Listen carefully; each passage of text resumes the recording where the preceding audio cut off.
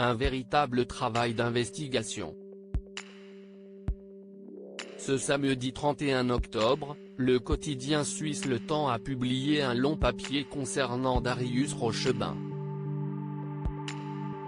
Dans l'enquête en question, les journalistes font état de gestes déplacés, de propos salaces et d'utilisation de fausses identités sur les réseaux sociaux de la part de Darius Rochebin, quand il était encore présentateur pour la radio-télévision suisse, RTS.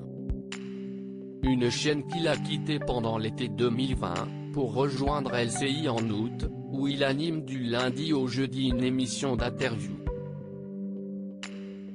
Dans son papier, Le Temps a réuni une trentaine de témoignages, d'hommes et de femmes, qui relatent des faits de harcèlement sexuel et des comportements déplacés. Les langues se sont déliées, dénonçant des mains glissées sous les chemises de collègues masculins, des allusions salaces récurrentes ou encore, une proximité avec de jeunes hommes sont régulièrement évoquées. Le journal affirme que Darius Rochebin aurait également utilisé son influence pour attirer de jeunes étudiants désireux de devenir journalistes, sur la toile.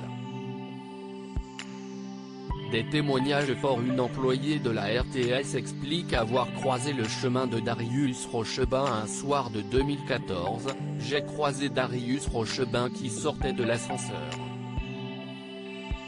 On a fait quelques pas ensemble dans un couloir vide en discutant du boulot. Subitement, il a pris mon visage dans ses mains et a essayé de m'embrasser. »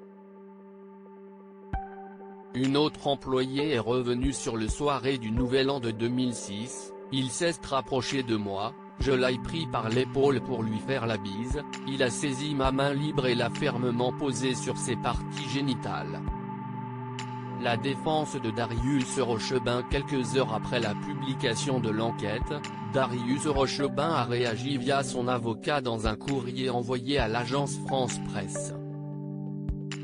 Jamais je n'ai fait l'objet d'une plainte.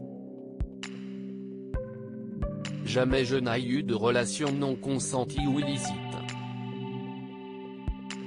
Je me battrai donc contre tous les amalgames, les ragots ou les insinuations dont je suis victime et j'examine avec mon avocat la suite judiciaire que je donnerai, s'est défendu le journaliste de 53 ans, rapporte Le Monde.